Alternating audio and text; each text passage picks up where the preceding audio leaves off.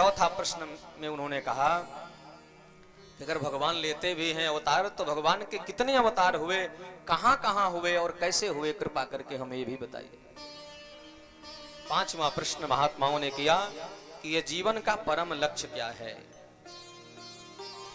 जो हम लोग आए हैं यहाँ, मानव तन भगवान ने हमें दिया है, तो इस मनुष्य तन का क्या उद्देश्य है, हम आए कहां से, हमें जाना कहां है, इसका लक्ष्य क्या है, कृपा करके बताइए।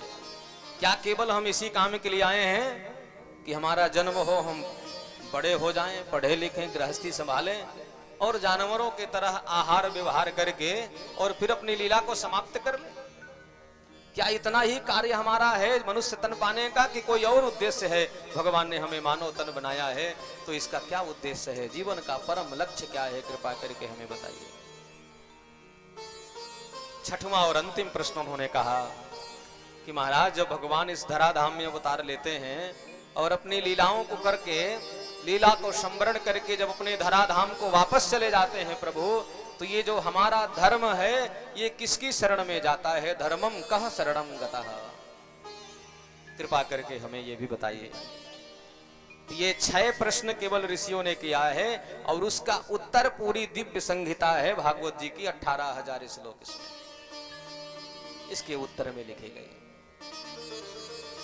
तब उन्होंने श्री सुखदेव जी महाराज का वंदन किया है, उनके प्राकट्य की कथा सुनाई भगवान सुखदेव जी के, क्योंकि सुखदेव जी के बिना कथा सुनाना संभव नहीं है।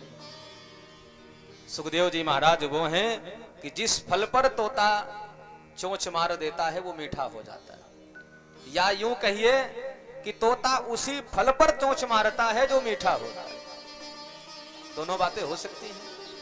इतना पारखी होता है तोता कि वो उसी पर चोंच मारेगा जो मीठा होगा, या यूं कहिए कि उसके चोंच में ऐसी कोई जादू शक्ति है, ऐसी कोई कृपा है प्रभु की कि वो जिस पर चोंच मारता है वो फल मीठा हो जाता है।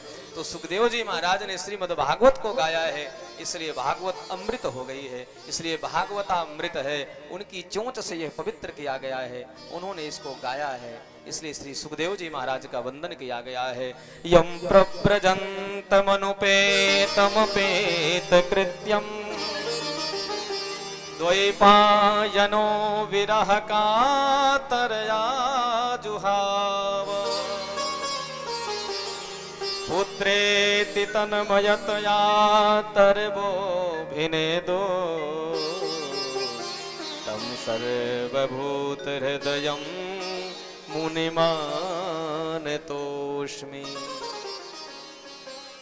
यं प्रव्रजन्तमनुपेतमपेत कृत्यम द्वैपायनो विरह कातरया जुहाव। जिन श्री सुखदेव जी महाराज का अभी अभी जन्म हुआ और जन्म लेकर के जंगल की ओर भागने लगे, और उनको वापस लाने पर उनके पिता श्री व्यास जी के भी सामर्थ्य नहीं है, ऐसे परम वंदनीय श्री सुखदेव जी के परिव्राजक संत के श्री चरणों में हम सब लोग मिलकर के बारंबार प्रणाम करते हैं।